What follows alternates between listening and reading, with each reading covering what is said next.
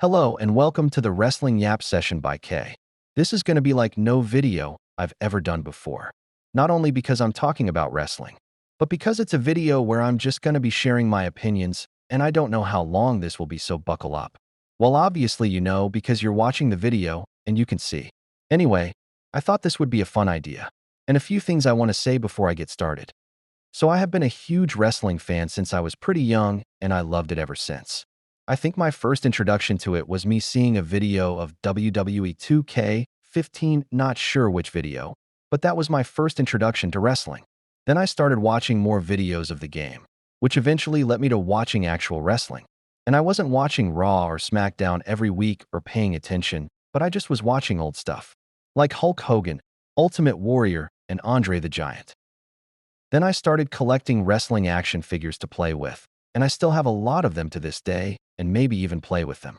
And I did that for a while until about January 31st, 2021. The day of that year is Royal Rumble, which I've watched because I've always loved the pay-per-view. And then ever since then I have been following wrestling very closely, with only a few times me kind of taking breaks from it. And safe to say, I like the state of how WWE is doing right now. Also, I know that probably revealed my age, but who cares? Anyway, as Marcus Sanders, one of my subscribers, put it, this video will kind of be like the Clueless podcast, but wrestling.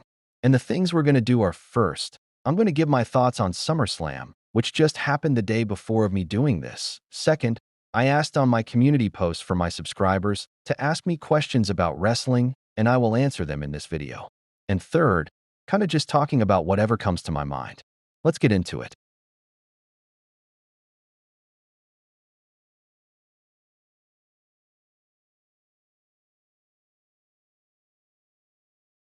So SummerSlam Night 1 kicks off with Roman Reigns and Jey Uso versus Braun Breaker and Bronson Reed. Jey and Roman get their own entrances. Then Braun and Bronson come out together. I thought this match was great. Loved the spot where Roman dives to the outside and the spear through the barricade. Pretty good crowd. Braun and Bronson work together a lot in this match, taking out Jey. Jey eventually makes the tag to Roman, taking out everybody. There was no tsunami by Bronson in this match, which I was surprised by.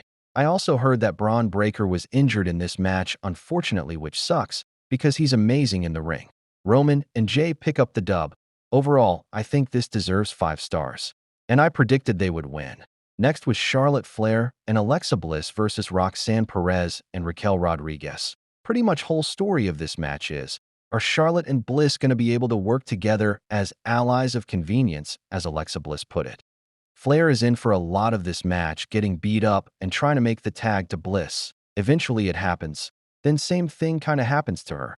Also, I love Roxanne Perez's in-ring skills. She's fantastic. Also, I kind of found it funny during this match that both teams have a short woman and a tall woman. Anyway, after multiple pins being broken up and a cool sunset flip by Roxanne, Bliss accidentally hit Flair, and Roxanne and Raquel take advantage of it. Then Bliss is about to hit a Sister Abigail on Roxanne when Flair is in the corner looking like she's about to turn heel and hit her. But she hits Raquel. Bliss hits Sister Abigail, new tag champs. Not gonna lie, this match was a lot better than I expected, and I know some people might say, is it because they're women or because it's women's tag titles match? If you say the first one, shut the fuck up. It's mainly because they don't really give too much effort or time into the women's tag titles historically, but lately they have, which is great. I expected them to win the tag titles and become new champs, and overall, I'll give this a 3.5 out of 5 stars. Next is Karrion Kross versus Sami Zayn. Both pretty cool entrances.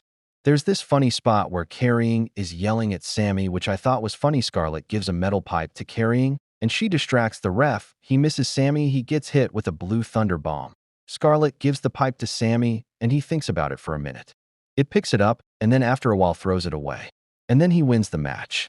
This was shorter than I expected, and I thought Kross was going to win this match. And unfortunately, judging by what Triple H said at the post-show, it looks like they might not be renewing his contract, which is unfortunate, because he's good.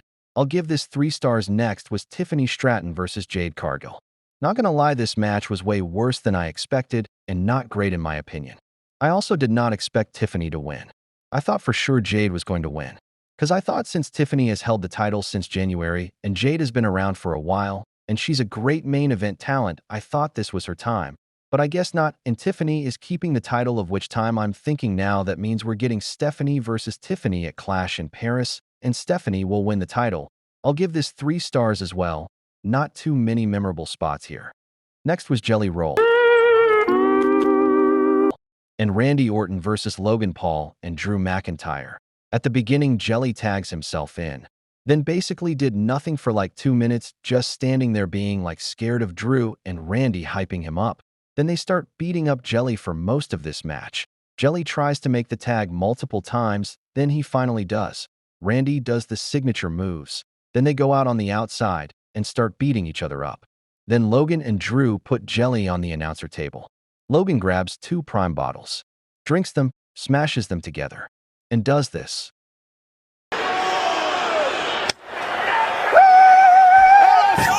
Also, it was kind of funny because you can clearly see Jelly looking at Logan and not even trying to pretend to like he's knocked out. Then the medics start attending to Jelly, and then they do like this whole thing for like 4 minutes where they're bringing Jelly to the front of the stage, and he keeps falling down and eventually gets back in. Randy tags in Jelly. He hits a choke slam on Logan, and then he gets destroyed, and they pinned him and get the win. I was actually kind of shocked at the result of this because I thought if they're bringing a celebrity like Jelly Roll to do a match that he was going to win. Also, if anyone says that Logan Paul is a terrible wrestler, respectfully, shut the f up. It's mind-blowing how delusional some people are that they can't recognize the talent in Logan Paul as a wrestler because of how much they hate him.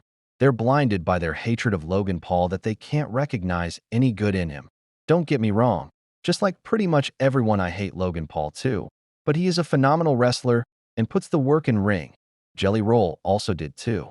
And he seems to care about the business and put the work in with training and stuff. Overall, I thought this was a mid-match, which I expected from this with Jelly Roll. It's unfortunate that Drew McIntyre and Randy Orton are involved and resorted to matches like this.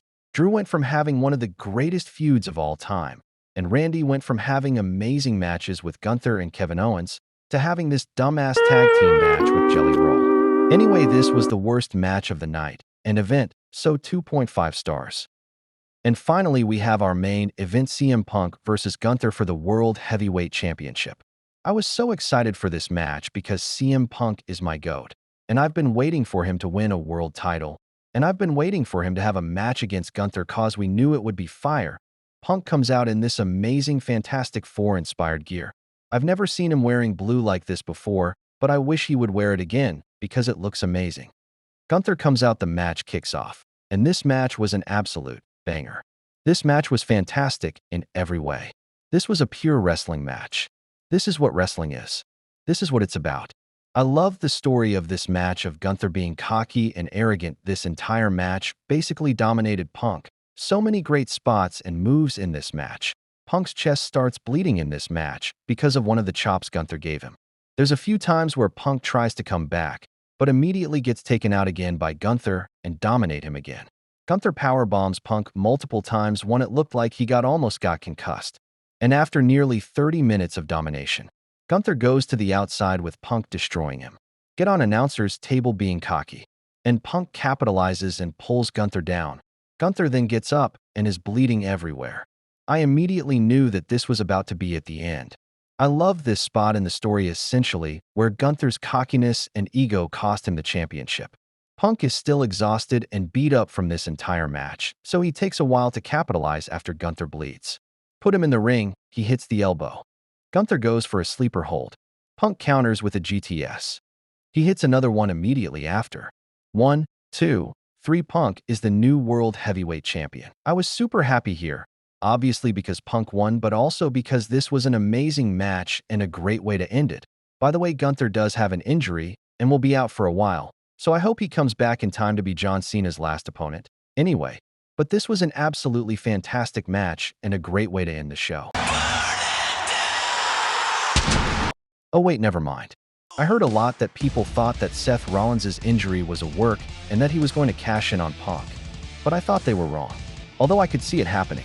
And unfortunately, I was wrong, and it did happen. Seth comes out in crutches with Heyman and basically is yelling, "I'll see you when I'm cleared, don't get used to it for too long." And I actually thought what was going to happen is that he's just coming out saying, "I'll see you when I'm back." But then this happens.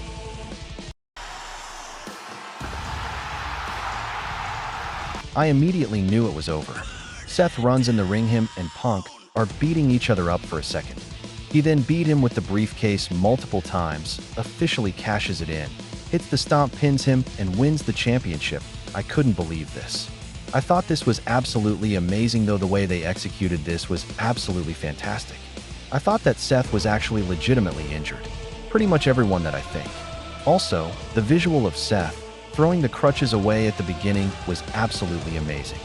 Some of y'all might be wondering, how do I feel about this since I'm a CM Punk fan? Well, as I just said, I think it's fantastic, and even though I'm sad that Punk lost the title in that way, I know at some point he'll get it back. And judging by how Monday Night Raw went after SummerSlam, it looks like Punk's not finished with Seth. And I think the perfect way to end this would be for them to have Hell in a Cell to end it with the World Heavyweight Championship on the line. Overall, this ending was shocking and great. The main event was amazing as well. I give the match 5 stars easily. I think if it weren't for the main event, this show would be kind of bad.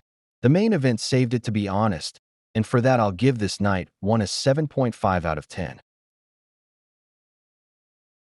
Okay, while I'm editing this video, news just broke that ESPN is acquiring WWE streaming rights, and WWE pay-per-view will be streaming on ESPN.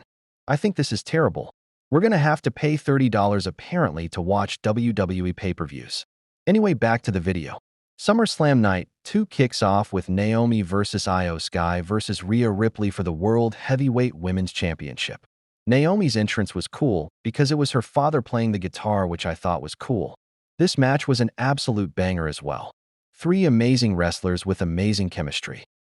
Many great spots. Sky, as always, with her amazing athleticism and ring skills carrying the match. Rhea hit a top rope riptide to Io, but then Naomi rolled her up and took the pin and win. I predicted she would win this match since she just won the title.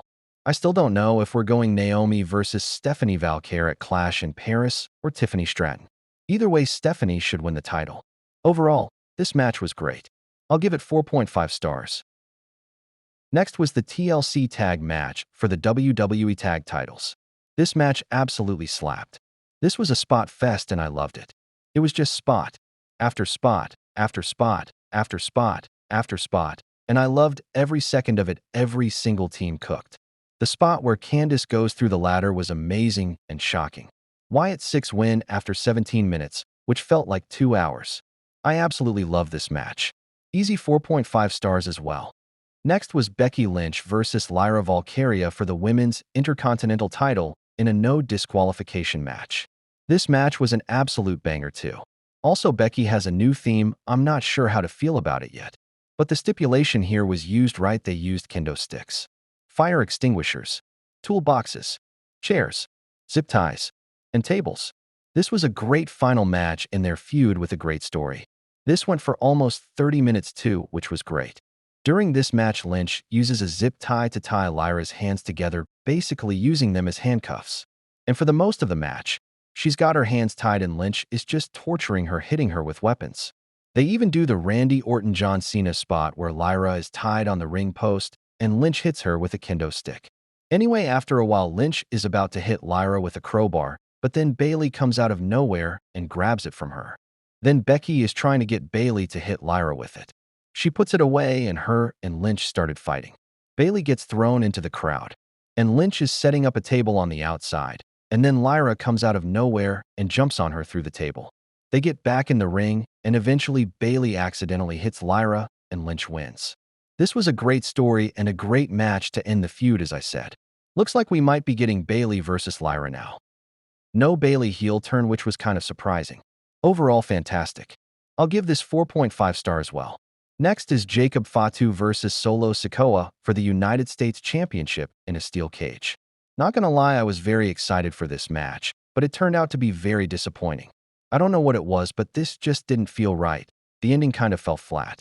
And I didn't see the point of everyone beating each other up after the match was already done just for Jacob to have the top of the cage moonsault spot. Like they could have done that during the match. The handcuff spot was kind of cool, but again, something felt wrong. Overall, kind of disappointing. Got this one wrong too. I'll give this 3 stars. Next was Dominic Mysterio versus AJ Styles for the Intercontinental title. I really love the tributes to Eddie Guerrero in this match, especially with AJ's entrance with the lowrider, his gear, and of course the chair spot. Some pretty cool spots other than that too in this. AJ is going for the calf crusher on Dominic, and he pulls off his shoe, which Dominic then hit him with when the referee is distracted. Frog splash, and then he retains. I'm not gonna lie, I was surprised that Dominic won this match. I thought since he's held it since Mania that maybe he would lose it now to AJ. Not only that, but AJ said that this might be his last SummerSlam, so I thought one last Intercontinental title run what they're going for. But it seems they're going for 2 belts Dominic now that he's at Triple Mania. Overall not mid, but just okay. I'll give this 3 stars. Next was the main event with John Cena versus Cody Rhodes for the WWE Undisputed Championship in a street fight. Cody had an epic entrance, and I thought that Cena's face turn last SmackDown before was a trick, but it actually wasn't, and he actually legitimately turned face with his old entrance. The crowd started booing Cody when they did the introductions, which made me think 2 things. 1, that maybe he's turning heel, and 2, this might be like Rock Hogan, where it's 2 baby faces and the crowd cheers one and boos the other. Anyway, the match starts with the infamous hug, which I thought maybe was Cena going to turn back heel, but he didn't. Anyway, they went out the outside and Cena used Tyrese Halliburton's crutch, who was in the front of the crowd. They were using steel steps, chairs, tables, and it was great. The multiple AAs by Cena during this match as normal. Cody hit a few Cody cutters. Cena threw Cody through the announce table. And I might be going backwards and forwards with the order that things happen in this match. But they went in the crowd, and they went all the way under the stage. And Cena came up from the trap door elevator thing that Cody used during his entrance with Cody on his shoulders, which was very funny. They got back in the ring, and eventually Cody pulled off the bottom rope and hit Cena with it, and choked him out. Then Cody grabbed the belt, tried hitting Cena with it, but missed, and Cena hit 2 AAs. He picked it up and threw it away. He put him on the top rope and hit him with the avalanche AA. But Cody kicked out. Then he grabbed a table and set it up in the middle of the ring and went to do the same thing, but through a table. Cody countered and threw Cena through it. Cena is on the middle rope and Cody salutes and hits him with the crossroads and wins. This was absolutely great and basically a redo of the terrible match that they had at WrestleMania. The story and the emotion, everything here was great. This was a 5-star classic and an amazing main event as well. Cena passed the torch to Cody at the end and stood in the ring for a while the crowd chanted, "Thank you, Cena." And as Cena is about to leave, this happens.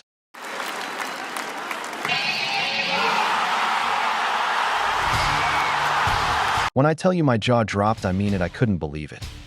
As this is happening, I have 2 main thoughts in my head. Number 1, holy shit, Brock is back. And number 2, is he cleared of the allegations? And I know all the Brock Lesnar defenders might come in the comment section and say, "What allegations, you liberal?" Well, he isn't being sued. He is named in the Vince McMahon lawsuit. It seems he was cleared of any wrongdoing according to a report that came out saying that WWE Legal cleared him. Anyway, he comes out, walks around the ring for a minute, then stands looking at Cena. He gets an F5s and the show closes.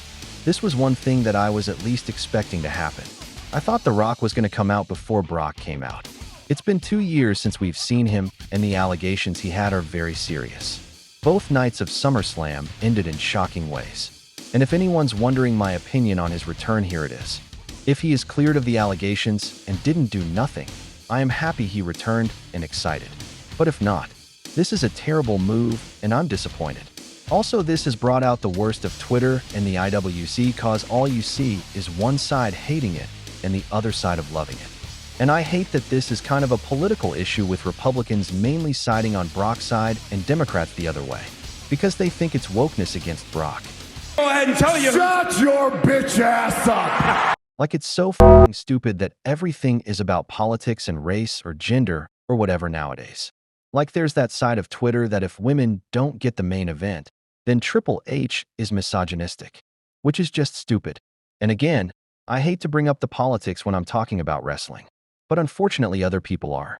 And I've seen the people who hate it say things like, well, Triple H was just at the White House with Trump, so they're cool with sex offenders. Shut up, bitch! Both sides are delusional. Yes, it's true, Triple H was just at the White House and is now running a fitness test, I believe, with Trump. and they are essentially mega, if you will, and Trump supporters. But just because they bring back Brock Lesnar after meeting with Donald Trump doesn't mean anything. Anyway, people are just stupid. But SummerSlam 2025 was pretty good in my opinion and better than WrestleMania. Night 2 gets a 9 out of 10, mainly because of the main event, the Becky-Lyra match, the Brock return, and the TLC and opening. Overall, I think SummerSlam 2025 it gets 8.5. Overall, pretty good pay-per-view and lots of things coming up that I'm excited for. My favorite match was easily Gunther versus CM Punk. Best moment was Brock's return. And I think the MVP was Cena as well as all the teams in the TLC. Now that we're finished with my thoughts on SummerSlam, we move to the next thing.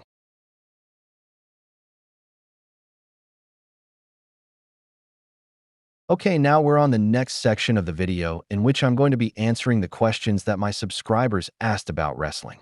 First, my first time asking people to do this. Cole V1F10, aka Clob Stomper, aka Untitled, who is also a wrestling fan, asked 3 questions. First, thoughts on CM Punk and his return. I know he can be a bit polarizing. Personally, I love him. Well, I already kind of revealed my thoughts on him. But yes, CM Punk is my favorite wrestler of all time. He used to not be, but I'll get into that later. Like I said earlier, my first introduction to wrestling was WWE 2K15, and I didn't watch any real wrestling for a while and only watched the old stuff. CM Punk became my favorite when he debuted in AEW on August 20th, 2021. I had heard of CM Punk before, but I had never watched any of the matches of him. Keep in mind, this is the time when my love for wrestling became as big as it is today when I started watching it regularly. Of course, I had seen the pipe bomb and a few stuff, but that was it about Punk.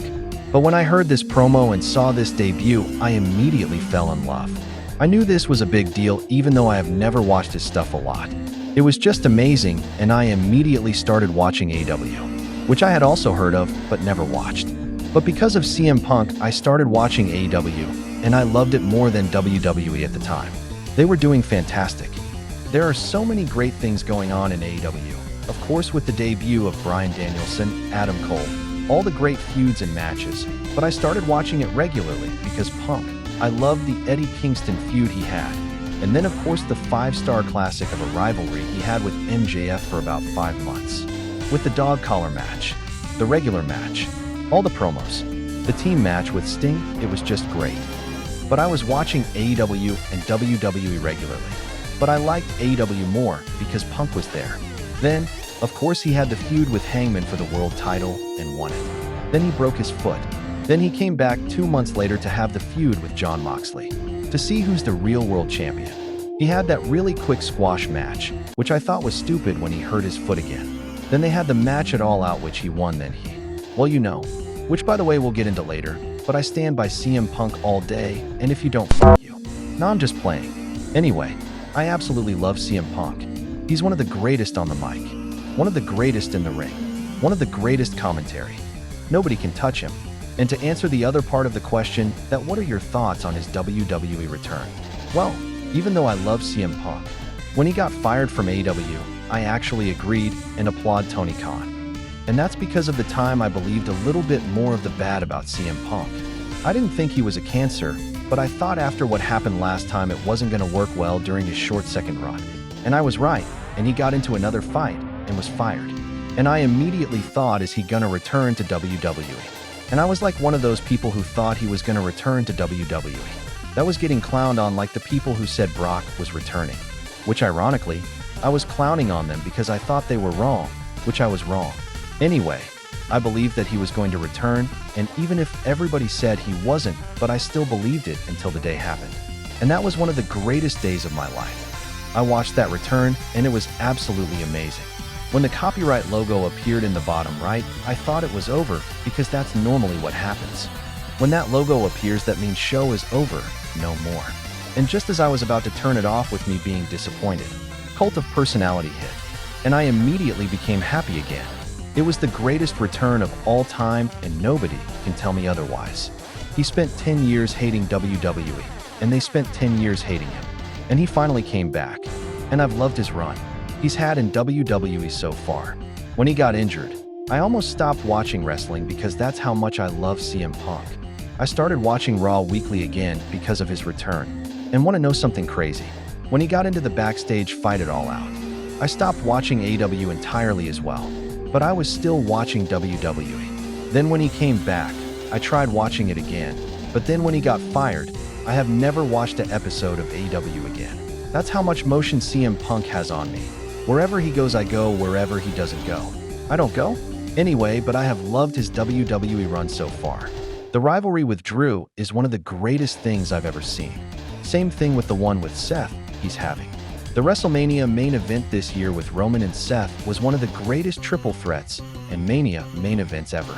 And of course, the match he had with Gunther was one of the best matches I've seen this year. Your next question is, what is your favorite moves/finisher? I'm not sure if I have a favorite finisher or move, but some moves or finishers that I like are, of course, the GTS because of Punk, the Tombstone, one of the greatest of all time, the RKO, the F5 is pretty cool, the Stump, the Claymore. I like Razor's Edge as well. I think I might actually have to go with the Styles Clash. That's one of the coolest moves I've ever seen, so maybe that. Also the Stunner, of course. The final question from Cole is, who do you think is going to be WWE Champion going into 2026? That's a pretty good question. Cody obviously just won the title at SummerSlam. And to be honest, I think it just might be him. I don't see anybody beating him this year, and I don't see any pay-per-view that he would lose it this year. Cause he's gonna have the match against the World Heavyweight Champion at Crown Jewel. I don't see why they wouldn't do that with him. Which would probably be him and Seth. Cause I've seen people say because Seth cashed in on Punk and Cody won the title. It's going to be Cody versus Punk at Mania 42. And Seth versus Sami Zayn. Well, judging by how Raw went, I don't think Punk is done with Seth, so I think at some point within this year he's gonna win the title back and be the champion going into 2026 and WrestleMania, and Cody will face somebody. But yeah, I think Cody is keeping it for the rest of this year. If there was anyone to beat him, I could see Randy or Drew. Because I think Cody and Drew are going to have a match for the title clash in Paris, judging by seeing. And of course, the story is already there with Randy. But that's what I think. Next question is by Kieran Yates 8226. And they asked, favorite wrestler of yours and favorite match? I always love hearing people talk about their faves. Well, I kinda just did a whole section on how CM Punk is my favorite, so there's your answer. But wait, if you remember, I said CM Punk wasn't my favorite before, and it used to be someone else. And I'll tell you who it is right now. They're actually kind of similar to CM Punk. They both hate Vince McMahon. Both of them are controversial. Both of them have crazy opinions. Both of them are hated by half of the locker room. Both of them are legends. That's right, it's the Ultimate Warrior. I absolutely loved Ultimate Warrior when I was younger, and a part of me still does. And why, you may be asking? I'll tell you why. Watch The Warrior. I was never a Hulkamaniac. I was always a warrior. I always loved Warrior over Hulk Hogan, and I still do every day. I have no idea which my first introduction was The Warrior, but randomly when I was younger, I started watching a bunch of stuff of Warrior. His promos, his matches, everything, and I love it. Just like with Hogan, where people say he's like a larger-than-life figure. I felt the same way with Warrior. And remember how I said my first introduction to wrestling was WWE 2K15? Because of that, I saw the showcase mode of the Warrior in the game. And because of that, it made me love him even more. It was literally his entire career pretty much. And I loved it. Again, I still don't know exactly what it is, but I just liked him. The colorful attires and the face paint were just something that I really liked. And as I've got older, and as I learned more about CM Punk, he is slowly not my favorite. And again, why, you may be asking? Well, I've learned more about the type of person he was, and also I've realized as I've gotten older, that he was just a dog shit wrestler. Like at the time it was okay. But now that we got people like Seth Rollins, CM Punk, Drew McIntyre, Cody Rhodes, AJ Styles, who are 1,000 times better than him in ring. Like all he did was just a few close lines, shoulder tackle, gorilla press, and splash. He also seemed to not care about the business, which I don't respect, and seemed to only want the money, which I can also understand that because most of the time when people do jobs, they just want to get money. But he didn't care. A lot of the matches he had were pretty bad and short, aside from a few good ones he had with someone else carried him. And of course his promos were just nonsense. Anyway, not only has he gone down and is not my favorite because he was a bad wrestler, but also because he was a pretty bad person. And there's multiple accounts by people proving this and backing it up, as well as video evidence. He kinda hated everyone pretty much. Like he did a whole shoot interview in 2005 in which he just talks trash about literally everybody. A lot of the guys down there, Chris Adams, of course, there were a lot of assholes too. Matt Bourne was down there, the guy that went on to become a dork. He was a real dickhead. Buzz Sawyer, was a real nutcase. I mean, those guys were really malicious. They really tried to hurt you. Bruiser Brody. I mean, a lot of guys that aren't around anymore. I mean, I haven't written my book yet. A lot of the stories about them. He was pretty infamously a conservative spokesperson/speaker, which he said controversial things. He was very reckless and hurt many people as well. Like Bobby Heenan once told this story of how he told Warrior to go easy on him during one of their matches because of his injured neck. And Warrior went on to target his neck and re-injured it. He had heat with everybody basically, and everyone hated him, and he hated everybody. Bret Hart told this story of how a Make-A-Wish kid with cancer waited for hours to see Ultimate Warrior and never got to see him. Jim never took the time to meet the sick kids and kids that were dying of cancer. He was a real coward when it came to that. And he would make these little scenes and, prima donna scenes in the dressing room. And make these poor kids wait all night and never go out and see him. And, I had no respect for him for that. And they'd ask him lots of times. And I saw him make these kids wait all for hours and hours, and he was just so incompassionate and inconsiderate about, here he is, this wrestling hero, the star of the show, but he's back there crying about, screaming about how he doesn't want to go out and meet the Make-A-Wish kids because he's tired. I always held it against him, and I probably still do, and I probably always will. It just was a sign of he wasn't our champion. Which of course that's extremely messed up. As I said, he said very controversial things. And wasn't afraid to say what was on his mind. Which I kinda like that in some cases because I like people who just say what they think and don't care about what people think. But of course for people like him, that's not great. He also was extremely homophobic. He gave his speech in 2005 doing his conservative speaking and said this. That the anarchist, because queering doesn't make the world work. Think you know how I feel about that. He may or may not have been racist. Can't confirm that I've just seen people say it. Back to Bobby Heenan. As I said, Bobby Heenan and Ultimate Warrior hated each other in real life. And after Heenan got diagnosed with throat cancer, Warrior said this. Awful as you can tell. Overall, Warrior was not a good person at all from all accounts. And that's why I hate him as a person. But I will always still love the Ultimate Warrior character. I also will always believe in conspiracy theory that Warrior knew he was going to die, and he made peace with everybody at WrestleMania and the 2014 Hall of Fame. It just seemed too eerie and weird, especially with the speech he gave the night before he died. Another reason I forgot to mention that he's not one of my favorites is that he kind of traumatized me with the Papa Shango stuff he did, and I have a fear of vomiting. Anyway, also I just realized we've been going 30 minutes, and I haven't even got to like the third person's question, lol. And finally answer your second question. What was my favorite match? Well, I actually did a whole marathon of every WrestleMania last year in the hype to WrestleMania 40. I literally watched every single WrestleMania. And let me tell you, I saw some really, really bad matches. And some really, really good matches. So because of that, most of the matches I say are probably going to be from WrestleMania.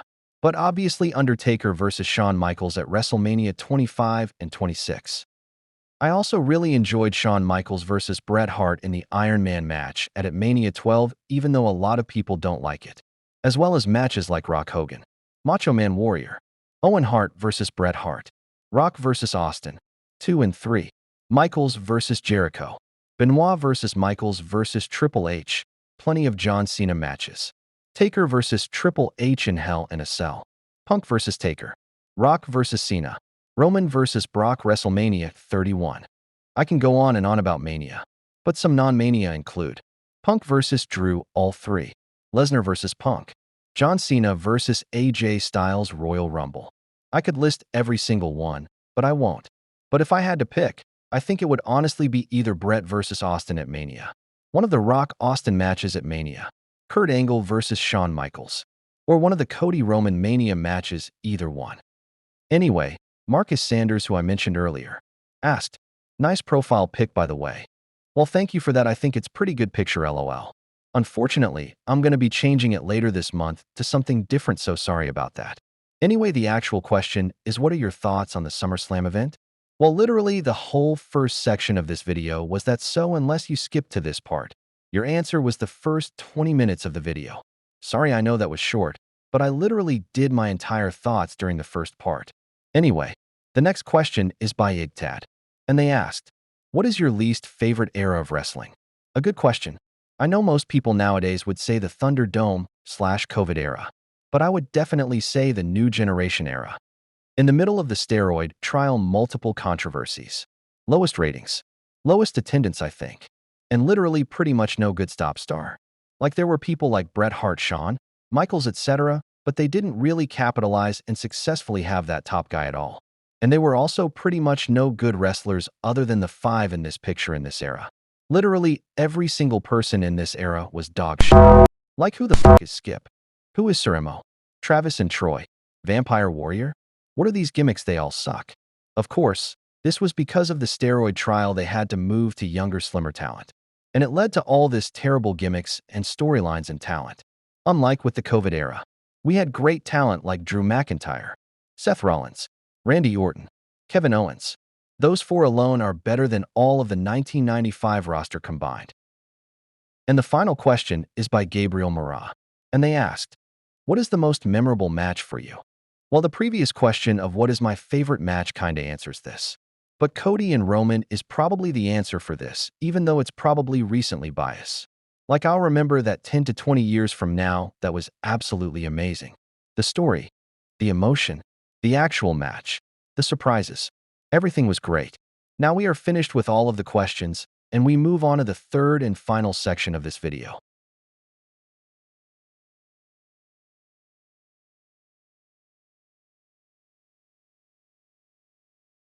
Now I'm just going to talk about whatever comes to my mind. As I'm writing this right now, I have no idea what I'm going to say after this. I have no idea how long this is going to be or what I'm going to get into. Kind of like a podcast, of course.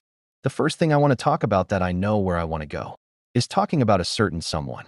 Someone who changed the wrestling business forever. Someone who is famous worldwide. Someone who is hated and loved. Someone who, if it wasn't for him, I wouldn't be making this video right now about wrestling, because it wouldn't be what it has become today. I think you know who I'm talking about. That's right, it's Hulk Hogan. And oh boy, do I got a lot to say about this man.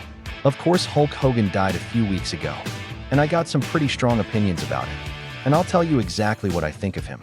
Well, the short answer is Hulk Hogan. Actually, more specifically, Terry Bollea. Terry was an evil man, and he will not be missed. Hulk Hogan will be missed.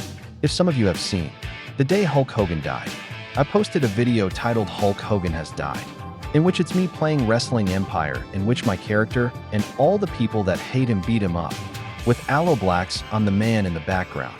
I did it because, of course, I assume many of you people have seen the meme of NBA players celebrating to that song in the background.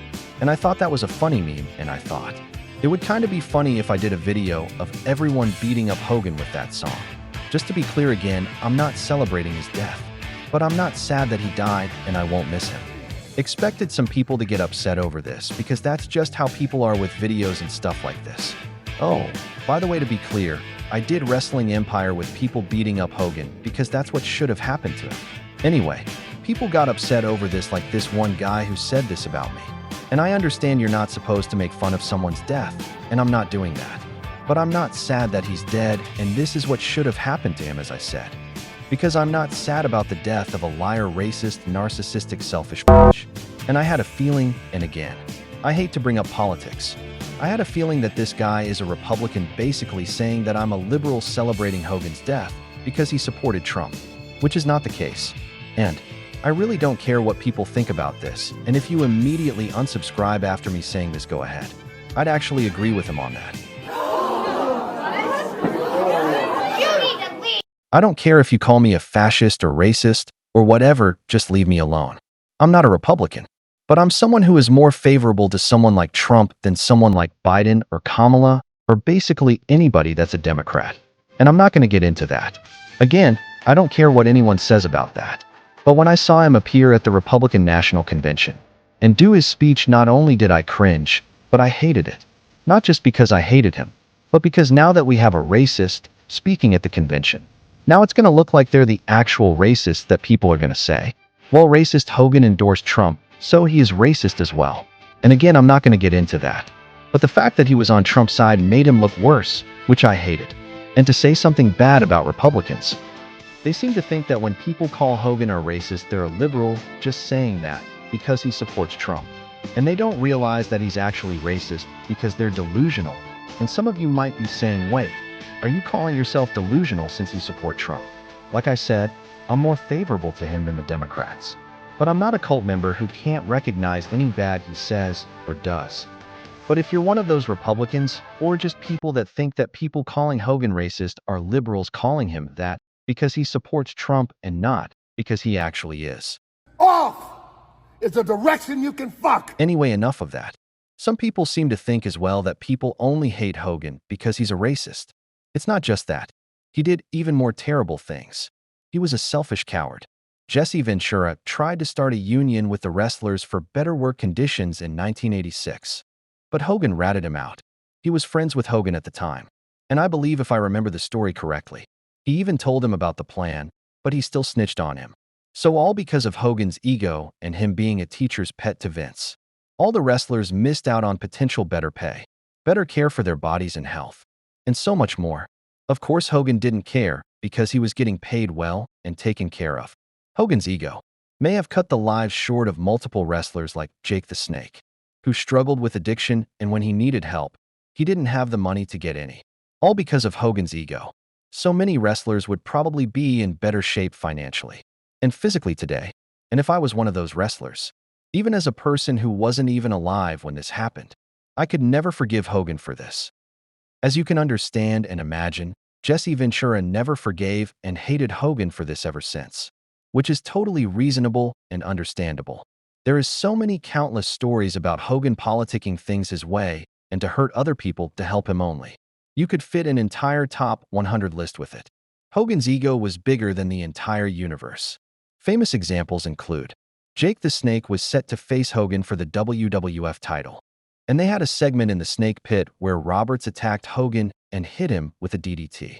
But Hogan cut the storyline in the match because the crowd was chanting DDT and siding with Roberts. So there goes his money, cause Hogan only cares about his. Same thing happened with Rick Rude, Billy Kidman, Warrior, Randy Orton in the later years of his career, Shawn Michaels, and others. During their WrestleMania 6 match, Hogan went off script at the end and grabbed the title belt and gave it to Warrior and celebrated with him in a passing of the torch moment. He did this because he wanted to get sympathy for him and take the spotlight off Warrior. In the shoot interview Warrior did, they asked him about this. And like I said, Warrior wasn't a good guy and said a lot bad and controversial things. But some things he said were absolutely true, and he was right about. He said that afterwards, he took the championship belt, came back to the ring and handed it to you in an unplanned moment. Oh. And his reason for this was to get sympathy for himself and take the focus off you because he knew at some point he was going to be coming back. Mm. What do you think about that? Well, I think that Hogan's whole life has been a work. And there's nothing about his life that's ever been unplanned. So he probably had it planned out from the beginning. And that was the most truth Warrior has ever spoken. And he was right about Hogan every single time, including the WCW runs they had with the match at Halloween Havoc, which Hogan brought him back so that he could get his win back. Some of the most famous examples of Hogan saying, "That's not gonna work for me, brother," are in 2005 when he had the feud with Shawn Michaels. They were meant to have 3 matches in a trilogy, but Hogan cut it short and only had 1 match which he won, which explains why Michaels oversells during this match. And I don't blame him. If I had to deal with someone whose ego made them so that they had an entire storyline and trilogy cut short and refused to lose, I would do the exact same thing. Also, I believe he faked an injury to get out of having this story so that he can win 1 match and come out on top. Speaking of faking injuries, let's talk about Survivor Series 1991, in which he faked a neck injury to get Undertaker in trouble. Or maybe not, brother. Sorry about that, I don't know what that was.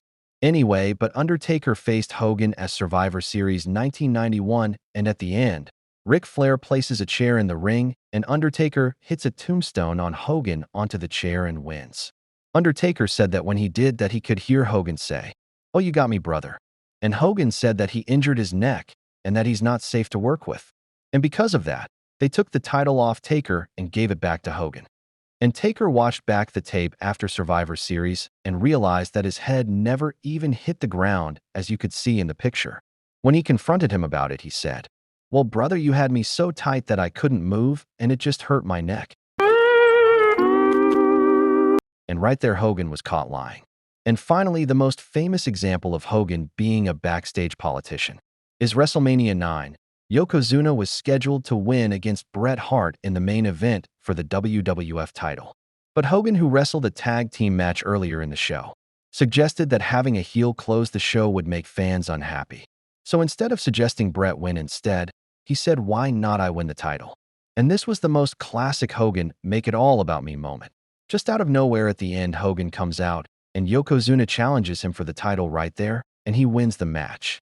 And the deal was that Bret was supposed to get the title back from Hogan, presumably at SummerSlam. And Hogan made a deal with Bret that at some point, he would give him his win back. But when that time came, Hogan said no, and claimed that that was never the plan, when it was. And Hogan dropped the title to Yokozuna instead, and then left WWF and never gave him his win. Hart's always hated Hogan for this, and I don't blame him. It's unfortunate how every single one of these cases Vince never said no. I understand Hogan had creative control for a lot of these incidents, but the times he didn't, they should have said, "No, you've had too many moments." But Vince never said no because he always has to say yes to his little Hogan. Hogan was Vince's god.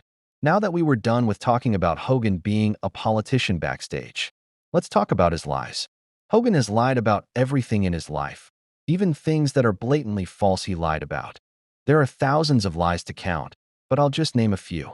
He claimed that he was offered / supposed to be bass player for Metallica and Rolling Stones. He claimed that he tore 18 muscles slamming Andre, even though he was able to celebrate and pose at the end, but okay. He claimed that he wrestled 400 days in a year because he was in different time zones like in Japan. He claimed that Elvis was a fan of his when Elvis died before he even made his debut. He claimed that he was offered to fight in the UFC.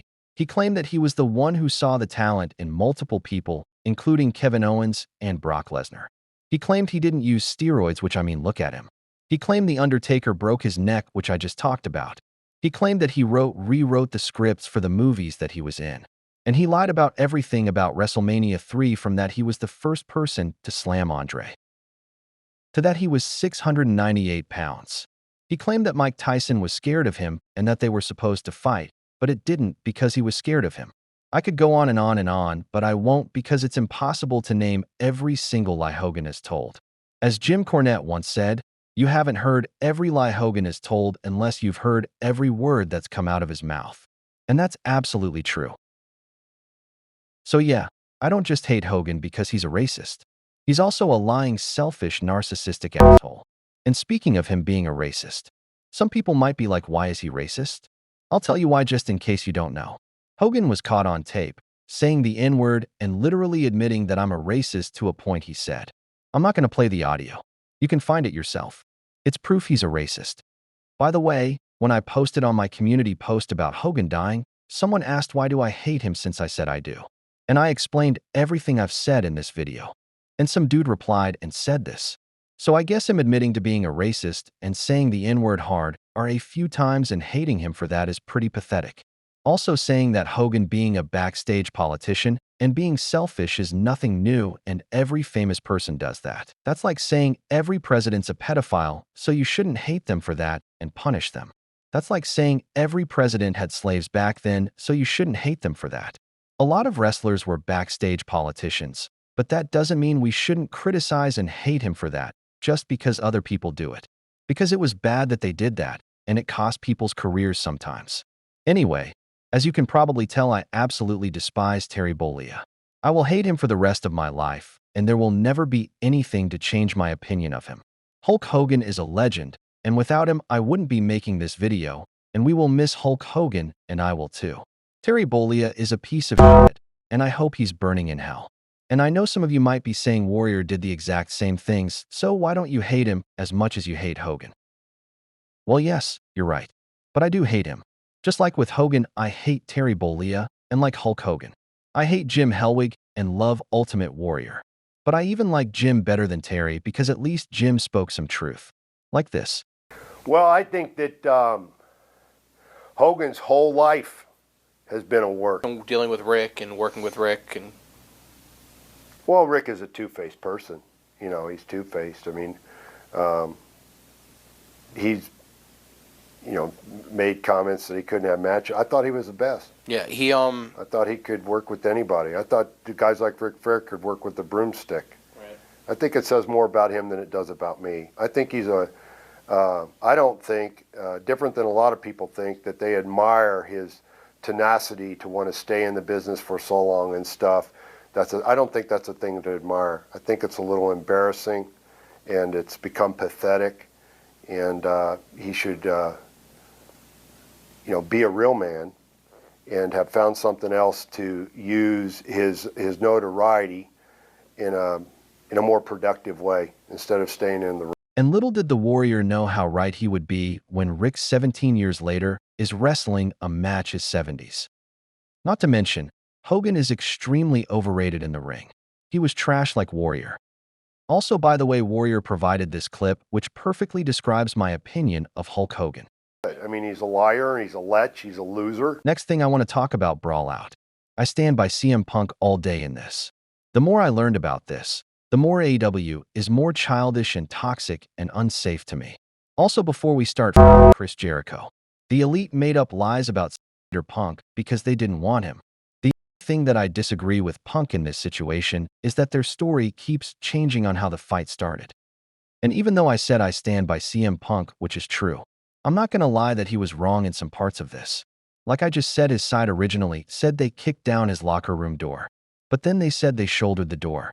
By the way, keep in mind most of my source and opinions comes from Suplex, so shout out to him.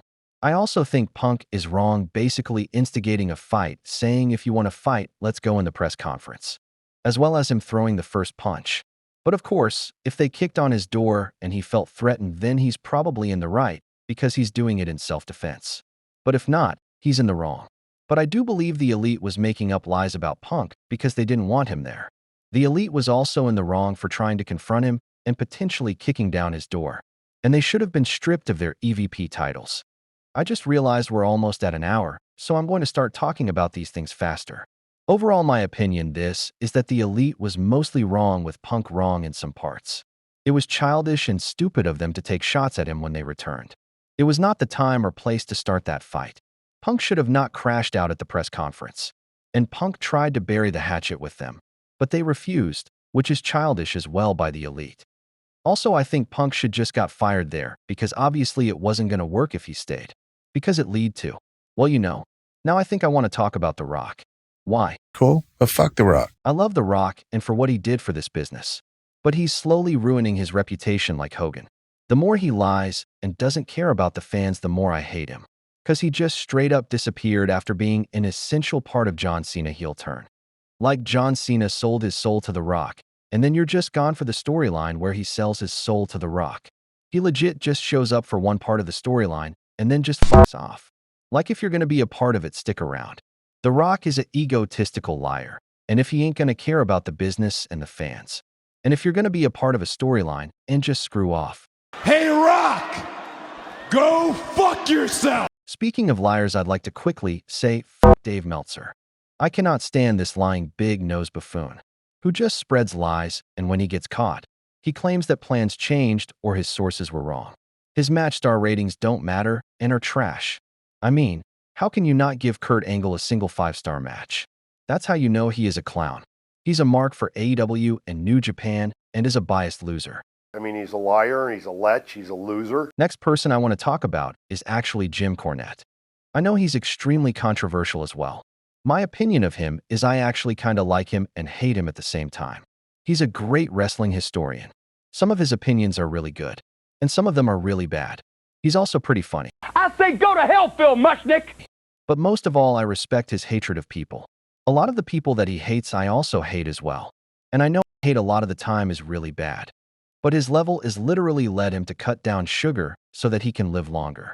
The level of hatred he has for Vince Russo is more than the level of hatred I have for Hulk Hogan or Woodrow Wilson. I mean, he literally said this about Russo. Means nothing. I will live to piss on his grave. Even if I'm in a walker, my wife already has instructions. She's out of the will. If she doesn't get me there, if I'm not ambulatory, I'll find Vince Russo's grave and I will piss on it, and there will be a picture of that hanging on my wall when I pass away. But I also know that he's pretty racist and homophobic and misogynistic. So there's the hatred part. He's also an extreme liberal, and I think you know how I feel about that judging by what I said earlier. I also would like to quickly mention my favorite wrestling YouTubers, if anyone's wondering. These include New Legacy and Deadlock, The Wrestling Flashback, VDE and Vibe, and Chris Van Vliet. I'll tell you a wrestling YouTuber who I f***ing despise as well. Alfred, aka the guy who runs the Pro Wrestling Bits channel. I cannot stand this man. He's a race-baiting loser who cannot go 1 second without mentioning it.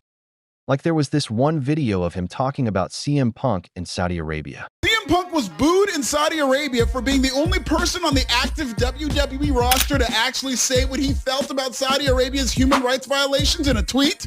I'm good with that. Cousin Phil can go to Saudi Arabia while having the same human rights issues with KSA that I have with the slave trading empire of the USA. That's all. Like holy fuck, race wasn't even in this conversation. The thing he's talking about didn't even have a race one part in it. But he just has to mention it. As well as this time, he interviewed Bret Hart and said this. Siki, famed black wrestler, especially here in Canada. Do you think there's a ceiling for black wrestlers in WWE in that they've gone on for 60 plus years now and the black wrestlers never held the most important championship? Is there institutionalized or? Booker T was world champion. Right, it was like the world championship because that's the two title system. They had the WWE championship, which was seen as higher regard, but Booker T had like the silver medal champion, as did Mark Henry. But we've never seen like a black wrestler, you can count The Rock, as WWE champion. Cut him off immediately because he knows he's going to prove him wrong. I will admit some of his opinions. He's right on like AEW. All he does is ask questions about race and talk about race to get a controversial answer out of someone so that they can paint them as a racist. And I think the last thing I want to say before we end this video is I want to talk about Vince McMahon. What is my opinion of Vince McMahon? Fuck Vince McMahon. That's it. That's literally all I want to say, and that's all I have to say. Just like Hogan. Without him, I wouldn't be making this video, but still. Fuck him. And to be honest, I think that just might be it for the video. I really enjoyed making this video. Me just talking about what I love. Wrestling. And I hope that my opinions and the things that I say, you might have, or you hopefully will respect them. As you can probably tell by this video, I don't really watch anything other than WWE. Why? Not because I'm a tribalist, but just because I'm kind of not interested. I respect if you watch all of them though. I really like how WWE is doing right now and it's entertaining. Also a quick message to any of those people who say, you know wrestling is fake, right? You know it's not real. Why do you watch that kid stuff? Fuck you. Shut up and let me enjoy wrestling. It's not fake. It's scripted. The stunts are real and they hurt each other. But it's predetermined and they try to make sure to hurt each other as least as possible while making it look real. And again, my message to people who say, you know wrestling is fake. Go take a bump. Go take a chair shot to the back and see how it feels. Anyway, I hope you enjoyed this video. And I hope that you share the same opinions that I do. And I hope you're willing to maybe agree with my opinions if you already don't. I had fun talking about wrestling with you. And to anyone who likes Terry Bollea. Off is a direction you can fuck. Shut up, bitch! Thank you for watching and my message to my haters. Thank you, fuck you, bye, boom.